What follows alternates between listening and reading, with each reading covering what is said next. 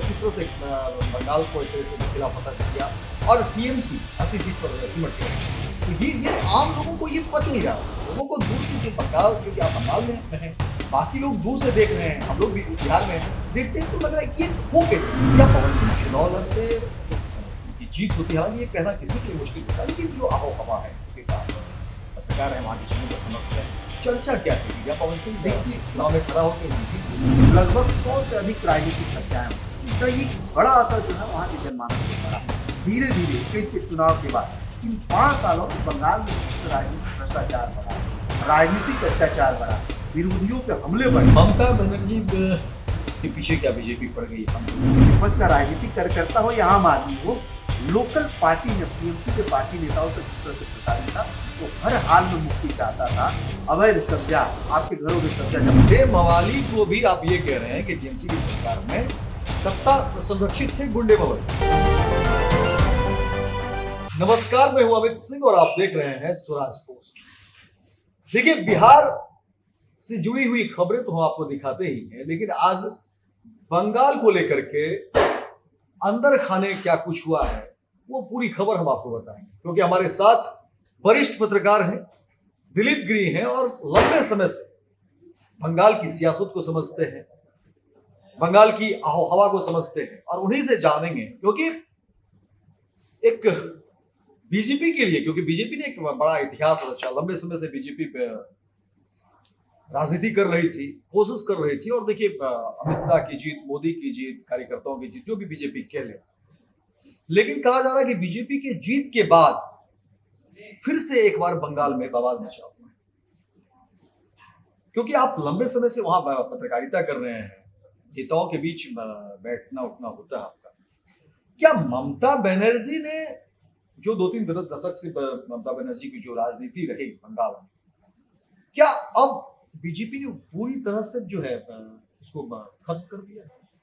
सबसे पहले स्वराज पोस्ट के दर्शकों को मेरा नमस्कार है।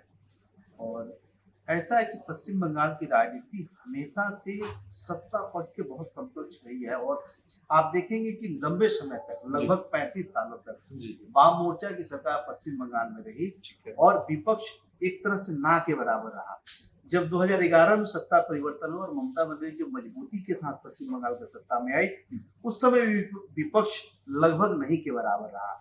और आप देख रहे हैं कि 2026 में जो सत्ता परिवर्तन हुई है और जब भाजपा की सरकार सत्ता में आई है, तो भी विपक्ष नहीं के बराबर है। विपक्ष है, लेकिन जो एक मजबूत विपक्ष की भूमिका होती है वो नहीं दिख रही है। आप इसी बात से अंदाजा लगा सकते हैं कि 2021 2026 4 मई के पहले बंगाल के सियासत में ममता बनर्जी और अभिषेक बनर्जी का जो बाहुबल कह सकते हैं, या सत्ता में जो दखल अंदाजी और शक्ति कह सकते हैं, 4 मई 2026 दोपहर के बाद आप देख सकते हैं कि बंगाल में किस तरह का परिवर्तन दिख रहा है। और यह परिवर्तन सिर्फ लोगों की परिवर्तन नहीं है, यह सिर्फ भाजपा के नेताओं की मेहनत की परिवर्तन नहीं है, यह बंगाल के मतदाताओं का फ्रस्ट्रेशन का एक परिवर्तन है। फ्रस्ट्रेशन का परिवर्तन। क्योंकि अब तो यहाँ पे थोड़ा रोकना चाहेंगे, क्योंकि देखिए जो विपक्ष है, हालांकि विपक्ष में भी आप देखिए, क्योंकि ममता बनर्जी खुद अपने विपक्ष में नहीं रही, उनके भी जो है सो दो पार्ट में हो गया टीएमसी। लेकिन जो चुनाव के बाद या रिजल्ट के बाद जो चीजें सामने आ रही थी, ममता बनर्जी और तमाम उनके जो विधायक थे, एक गंभीर आरोप था कि भाई बीजेपी ने बड़ी सेंधमारी कर दी, बड़ा उलटफेर कर दिया, ईवीएम और तमाम तरह की बात, अधिकारियों को लगा करके सेट कर दिया, कई सारे खेल कर दिए। क्या वाकई बीजेपी ने बंगाल में सेंधमारी कर दी? क्योंकि वही बीजेपी जो हाशिए पर थी बंगाल में, इससे पहले तो हाशिए पर ही कहा जा सकता है ना। और बीजेपी किस तरह से बंगाल को एक तरह से खिलाफत किया और टीएमसी 80 सीट पर सिमट के रह गया। तो ये आम लोगों को ये पच नहीं रहा। लोगों को दूर से जो बंगाल, क्योंकि आप बंगाल में हैं, बाकी लोग दूर से देख रहे हैं, हम लोग भी बिहार में देखते हैं तो लग रहा है कि ये हो कैसे? देखिए, बंगाल में बीजेपी का ग्रोथ आप 2016 से देखिए। बीजेपी 2016 के चुनाव में 3 सीट जीतती है, ठीक है। 2021 के चुनाव में 78 सीट जीतती है और 2026 के चुनाव में 208 या 10 के आसपास विधायक जीत करके आए हैं। अब आप देखिए कि 2016 से 2026 के बीच जो बीजेपी का ग्रोथ रेशियो है यह 2021 में ही देख चुका था, क्योंकि 2016 के बाद यानी जब पश्चिम बंगाल में वामफ्रंट की सरकार गई और 2011 में जब ममता की सरकार आई, तो पहला 5 साल का जो टेन्योर रहा है ममता सरकार का वह काफी हद तक टिकता। लेकिन 2016 में जब दूसरे टर्म में टीएमसी की सरकार हुई और करप्शन का जो दौर शुरू हुआ, उसका एक व्यापक असर 2021 के विधानसभा चुनाव में भी देखने को मिला था। लेकिन उस समय एक बड़ा मुद्दा यह था और भाजपा का यह आरोप भी था कि मतदाता पोलिंग बूथ तक जाकर के अपना वोट नहीं दे पाए। और ऐसे हम लोग चुनाव कवरेज के दौरान ऐसी कई जगह देखे भी थे कि जो मल्टी स्टोरीज बिल्डिंग है वहां टीएमसी के जो नेता होते थे या स्थानीय कद्दावर नेता है, लोकल पुलिस स्टेशन के सहयोग से, क्योंकि बंगाल की पुलिस का भी एक ऐसा इतिहास रहा है कि जो पार्टी सत्ता में होती है ऑलमोस्ट बंगाल पुलिस कैडर की तरह काम करती है। इस 2011 के बाद बंगाल में इसका एक व्यापक असर देखने को मिला था कि अगर पुलिस को कोई कार्रवाई करना है तो पहले स्थानीय टीएमसी के नेता से पूछेगा या स्थानीय टीएमसी का नेता का फोन थाना में जाएगा, तब वह किसी भी मतलब राजनीतिक पार्टी तय करती थी बंगाल में कि क्या प्रशासन क्या कुछ करेगा। इसका दुष्प्रभाव यह हुआ कि एक आम आदमी लोकल टीएमसी के नेताओं से जब प्रताड़ित होने लगा, उसके पास एक विकल्प था कि 2021 में सरकार परिवर्तन किया जाए। लेकिन आप देखेंगे कि 2021 के विधानसभा चुनाव में जिस तरह से जगह जगह हिंसा की खबरें आई, कई हत्याएं हुई, राजनीतिक हत्या, और चुनाव नतीजा आने के बाद लगभग 100 से अधिक राजनीतिक हत्याएं हुई, तो एक बड़ा असर जो है वहां के जनमानस पे पड़ा। धीरे धीरे 21 के चुनाव के बाद इन 5 सालों में बंगाल में जिस तरह से राजनीतिक भ्रष्टाचार बढ़ा, राजनीतिक अत्याचार बढ़ा, विरोधियों पे हमले बढ़े, ये बड़ा असर आम वोटर के ऊपर पड़ा।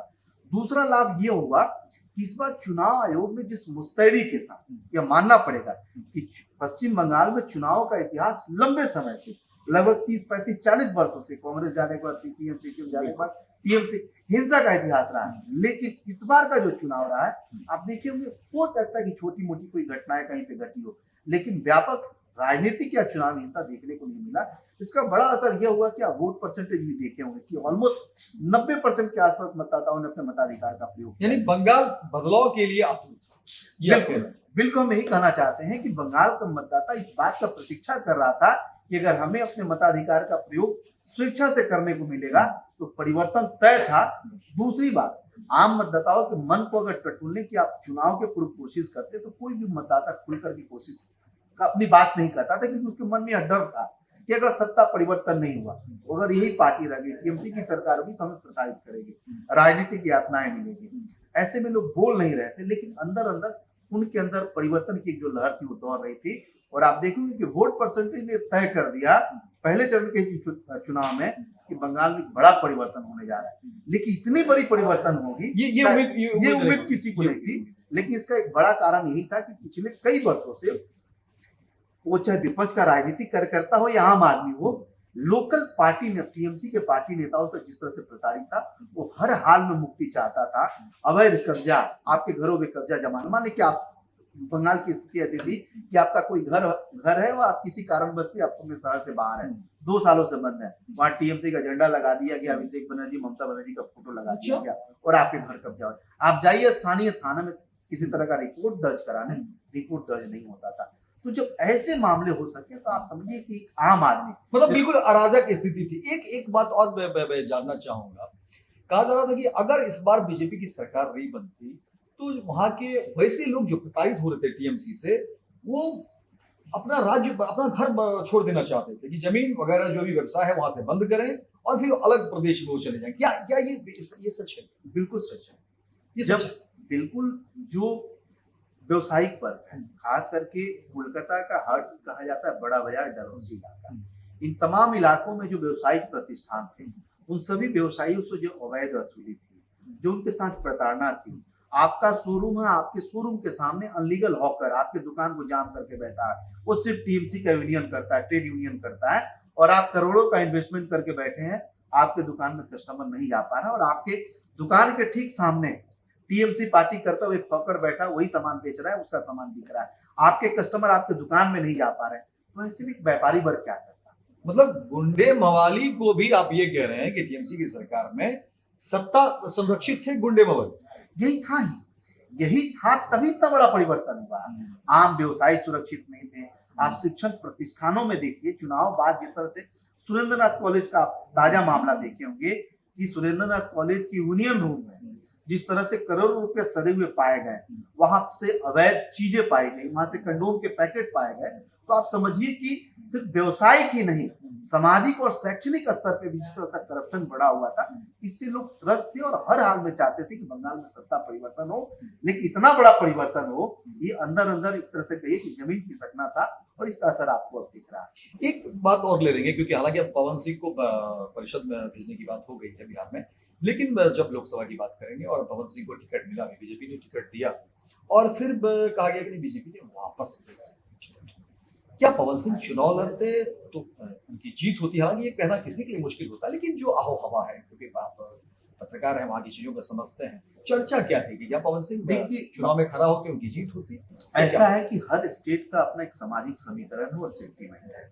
पश्चिम बंगाल में जैसे ही आसनसोल सीट से पवन सिंह के नाम की घोषणा की गई, तो जिस तरह से हमारे भोजपुरी क्षेत्र के जो गायक हैं, चाहे पवन सिंह हो, खेसारी हो, निरहुआ हो, मनोज तिवारी, इन सबकी बात मैं कर रहा हूँ, स्पेशली पवन सिंह की बात नहीं कर रहा हूँ, जो भोजपुरी में विद्यार्थी गाने होते हैं, और खास करके आप देखेंगे भोजपुरी गाने जो बने हैं उसमें बंगलिनिया, बंगाली, बंगालन, माने बंगाली महिलाओं के सौंदर्य बखान के बहाने जो उनके ऊपर एक कमेंट्स है या तीक्ष्ण टिप्पणी है, यह एक तरह से राजनीतिक मुद्दा बन सकता था। और इस बात की गारंटी थी कि पवन सिंह वह सीट तो नहीं जीतते, लेकिन उस सीट के बहाने बंगाल में भाजपा को एक बड़ा नुकसान होता, क्योंकि तृणमूल कांग्रेस इसे बड़ा चुनावी मुद्दा बनाने जा रही है। टीएमसी इस पूरे मुद्दे को भाजपा एक ऐसे नॉन बंगाली गायक को टिकट दिया है बंगाल के किसी सीट से, जो हमेशा बंगाली महिलाओं को लेकर के नेगेटिव गाने बनाते हैं, और उस परसेप्शन का एक बड़ा लाभ मिलता। बीजेपी समय रहती इस पर निर्णय लिया और पवन सिंह का टिकट काट के वहां दूसरे उम्मीदवार को उतारा। हालांकि उस चुनाव में जिस तरह से बीजेपी की बढ़ोतरी नहीं हो पाई, आसनसोल में क्योंकि बिहारी मूल के लोग भी हैं, तो एक बड़ा जो है, क्योंकि काफी लोग हैं वहां पर जो काम करते हैं, वो एक बिहारी मूल के लोग हैं, लेकिन वो गाना सुनते हैं, वो बंगाल से सटा हुआ, झारखंड से सटा हुआ बॉर्डर भी है। बिहारी लोग तो है, लेकिन वहाँ मुस्लिम वोटर भी बड़ा फैक्टर है, बंगाली वोटर भी बड़ा फैक्टर है। तो हिंदी भाषी में सिर्फ आपके हिंदू वोटर से आप सीट नहीं निकाल सकते थे ना, बंगाली वोटर भी आपको चाहिए, आप उस बात से इनकार नहीं कर सकते हैं। और एक इंटैक्ट मुस्लिम वोट जो है, जो आसनसोल शहर के आसपास एक बड़ी आबादी है, वो तो तृणमूल कांग्रेस के साथ था, तब भी था, मतलब ऐसे नुकसान नहीं था, लेकिन टीएमसी उसको भुनाती तो फिर वो नुकसान। यह एक कल्चरल नेगेटिव इम्पैक्ट पड़ता कि भाजपा ऐसे लोगों को बंगाल में ला रही है जो बंगाल की इमेज को खराब करते हैं या बंगाल की महिलाओं के प्रति गलत। अभी क्या स्थिति है बंगाल की? अगर बात करें पश्चिम बंगाल की बात करें, अभी क्या स्थिति है? देखिए, अभी स्थिति तो आप जब स्वयं कोलकाता घूमेंगे, बंगाल के किसी इलाके में घूमेंगे, तो कहते हैं ना कि किसी एरिया में जाए तो उसकी आबो हवा से पता चल जाता है कि समाज में या इस इलाके में माहौल क्या है। चुनाव के पहले लोगों में डर की स्थिति थी, कोई खुल के कोई बात नहीं कर पाता था, कोई राजनीतिक चर्चा नहीं कर पाता था, हमेशा लोगों के मन में डर रहता था कि हमारा कोई जगह, हमारा कोई सामान अवैध कब्जा नहीं हो जाए। इसी डर से लोगों ने परिवर्तन, तो इसका बड़ा असर दिख रहा है। आप देख रहे होंगे चुनाव, आम आदमी को एक तरह से आजादी मिली है, इस बात से इनकार नहीं कहा जा सकता, क्योंकि आप चुनाव नतीजों के बाद देखिए कि तमाम तरह की जो इल्जाम तृणमूल कांग्रेस के नेताओं पे था, वो चाहे विधायक हो, मंत्री हो, कदावर नेता हुआ करते थे, टीएमसी सरकार के दमकल मंत्री थे और मजबूत मंत्री थे, पार्षद, विधायक, कई सारे लोग जो अरेस्ट हुए हैं। पुलिस उनके ऊपर जो पहले से मामले थे, पुलिस कार्रवाई नहीं करती थी, लेकिन 4 मई के बाद सत्ता परिवर्तन के बाद लगातार उन पे कार्रवाई हो रही है और उनका स्थान अब जेल में है, पुलिस के सलाखों के पीछे है। लेकिन ये जो चीजें दिख रही है, टीएमसी के बाकी जो नेता है, कभी तो यूट्यूब का जमाना है, सोशल मीडिया का जमाना है, कई सारे रील्स वायरल हो रहे हैं, टीएमसी के नेता भाग रहे हैं, पुलिस दौड़ रही है, लोग दौड़ रहे हैं, पीछा कर रहे हैं, मारपीट हो रही है। क्या ये भी बड़ी पार्टी, क्या ये सही है? देखिए, अगर आप कहें फैक्ट्स क्या है, फैक्ट इसका यही है कि कोई भाजपा का नेता कार्यकर्ता नहीं दोहरा रहा है। यहाँ नई जो बीजेपी बनी है, यानी 4 मई के नतीजों के बाद जो लोग तृणमूल कांग्रेस करते थे वह भाजपा में आए हैं, और उनका आपसी गुटबाजी था तृणमूल कांग्रेस में, सत्ता परिवर्तन का लाभ उठा करके गया। तो वैसे लोग अटैक कर रहे हैं या वैसे लोग कर रहे हैं, मान ली कि आप किसी इलाके के या किसी वार्ड के पार्षद है, लेकिन कई सालों से आप स्थानीय लोगों को प्रताड़ित किए हैं, हर चीज के लिए पैसा लिए हैं। आप एक छोटा सा उदाहरण के तौर पे आपको समझाना चाहते हैं, मान लीजिए आप जिस जगह पे बैठे हैं आपका घर है, दिवाली का समय आया, नया साल आया, आप अपने घर में रंग करा रहे हैं, आप अपने घर में एक एसी लगा रहे हैं, आप अपने घर में कोई रिपेयरिंग का काम कर रहे हैं, स्थानीय कोई तृणमूल कांग्रेस का नेता आएगा और कहेगा कि 10,000 रुपए क्लब ने दे दिए, भैया ने कहा है। अब आप सोचिए कि आपका घर है, आप अपने मेहनत की कमाई से उस घर की रिपेयरिंग कर रहे हैं, उसका घर का रंग रोशन कर रहे हैं, और कोई एक रोड छपरी कह सकते हैं, विशुद्ध भाषा में छपरी टाइप का नेता आपसे 10,000 20,000 की डिमांड करता है, और आप अगर नहीं देते तो आपको काम को रुकवा देता है। तो आप समझिए कि इसका बड़ा कर्मा रिटर्न्स, इसको कर्मा रिटर्न्स ही है, और यही इसके लिए सही उदाहरण है कि जो आपने किया है, जो बोया है, वही आपको काटना है। मतलब समय मजबूत होता है और समय ही ताकतवर होता है। आज समय बदला है, तो तृणमूल के बड़े बड़े नेता जो बाहुबली होते थे, आज बिल्ली बन के मुर्गी बन करके छुपे फिर रहे हैं, या तो इलाका छोड़ के भाग। एक और बात अब आपसे ले लेते हैं, क्योंकि अब तो पवन संचार है, विधान पार्षद बनेंगे, लेकिन अब कहा जा रहा है कि भाई पश्चिम बंगाल में, क्योंकि जब लोकसभा का टिकट उनसे ले लिया गया है, तो उसकी भरपाई करने के लिए हो सकता है कि पवन सिंह को वहां सीएम ना प्रोजेक्ट करते बीजेपी। कहाँ? बंगाल। ये तो असंभव सी बात है। संभव नहीं हो सकता है कि कोई दूसरे राज्य का आदमी बंगाल की राजनीति में बतौर मुख्यमंत्री का चेहरा हो। और मैं तो कहता हूँ कि अगर पवन सिंह जैसे लोगों को मुख्यमंत्री का चेहरा अगर आप बंगाल में घोषित करते हैं, तो मुझे लगता है कि भाजपा के लिए खाता खोलना भी मुश्किल होता है। इतनी बड़ी बात है, क्योंकि बंगाल का सेंटीमेंट काफी डिफरेंट है। जो चलता है एक ढर्रे पे चलता है, और मान लीजिए कि आज बीजेपी की सरकार 2026 में आई है, तो आप मानिए, मैं मानता हूं कि अभी सरकार अगले 15-20 सालों तक बंगाल की सत्ता में रहेगी। लेकिन बंगाल का आवाम, बंगाल का वोटर, बंगाल की जनता ये कभी नहीं एक्सेप्ट करेगी कि कोई उत्तर प्रदेश बिहार का कोई गायक पश्चिम बंगाल ये एक्सेप्ट नहीं करेगा, कभी एक्सेप्टेबल नहीं है। ये एक्सेप्टेबल मतलब वो परेशान थी, इसलिए उसने बीजेपी को मौका दिया, लेकिन स्थानीय लोग वही जो है आगे बढ़ेंगे। और किसी भी प्रदेश में आप बाहरी लोगों को एक बड़े चेहरा के तौर पर प्रस्तुत करेंगे, वहां देखिए ऐसा नहीं कि उत्तर प्रदेश बिहार के नेता नहीं है, उत्तर पर रहना होगा। पिछले 2-3 पीढ़ियों से वहां रह रहे हैं, वहां के आबो हवा में, वहां के सांस्कृतिक धरोहर में अपने आप को ढाल चुके हैं, और वहां की राजनीति में उनका बड़ा योगदान है। अब देखिए, यह बंगाल के राजनीतिक इतिहास में पहली बार है कि लगभग 1 दर्जन हिंदी भाषी, चाहे उत्तर प्रदेश बिहार के बैकग्राउंड से हो या राजस्थान के बैकग्राउंड से, लगभग 1 दर्जन विधायक जीत करके आए, जिसमें 2 कैबिनेट मिनिस्टर और 1 राज्य मंत्री बने। ये सब हिंदी भाषी, बंगाली नहीं है, लेकिन इनका एक लंबा पृष्ठभूमि है बंगाल के राजनीति में भाजपा के कार्यकर्ता के तौर पे, और जमीन से उठ करके आए। तब ऐसा नहीं कि किसी एयरलैंडिंग नेताओं को आप ले जाके खड़ा कर देंगे और घोषित कर देंगे कि कल ये मुख्यमंत्री होंगे या बड़े नेता हो, तो ये पब्लिक एक्सेप्ट करने वाली नहीं है। ममता बनर्जी के पीछे क्या बीजेपी पड़ गई हाथ धो के? देखिए, ममता बनर्जी के पीछे बीजेपी, जो विपक्ष है या बाकी जो नेता है टीएमसी के, उनका कहना है कि भाई बीजेपी अब खुन्नस में है, बीजेपी अब जो है एक तरह से भड़की हुई है, और पूरा जो है वो हिसाब किताब लगाने में जुटी, क्योंकि सत्ता में आ गई है। अब ममता बनर्जी टीएमसी के पीछे पड़ गई। देखिए, टीएमसी को तो तोड़ ही दिया, पार्टी तो खत्म कर ही दिया। अब ममता बनर्जी और सरीके जो तमाम लोग हैं, उनको जेल में भेजने की तैयारी बीजेपी कर रही है। देखिए, राजनीति तो हमेशा बदले की होती ही रही, और इस देश में कोई नई बात नहीं है। लेकिन आपको यह भी ध्यान रखना पड़ेगा कि ममता बनर्जी और अभिषेक बनर्जी की जो राजनीतिक शैली रही है, विपक्ष जीरो करने का, विपक्ष की राजनीति करने वालों पे अटैक करना, उन पर हमला करना, उनके परिवार के लोगों की हत्या करना, यह पिछले 5-7 सालों में पश्चिम बंगाल में बहुत बढ़ा था। तो आप, यह ठीक है कि बीजेपी सत्ता में आई है, उसके पास पावर है, पुलिस है, सब कुछ है, लेकिन पिछली सरकारों में भी जो करप्शन हुए हैं, जो अपराध हुए हैं, जो राजनीतिक हिंसा हुए हैं, उसके पीछे ममता बनर्जी और अभिषेक बनर्जी के रोल से आप इनकार नहीं कर सकते हैं। भाई, सरकार आपकी थी, पुलिस आपकी थी, तो जांच होगी, और स्वाभाविक सी बात है कि पिछले सरकारों में आपने जो कुकर्म किया है, जो गलत काम किए, उसको आपको भुगतना है। और बीजेपी यह चाहती है कि आने वाले समय में बंगाल की राजनीति में जो राजनीतिक हिंसा का इतिहास है वह रुके।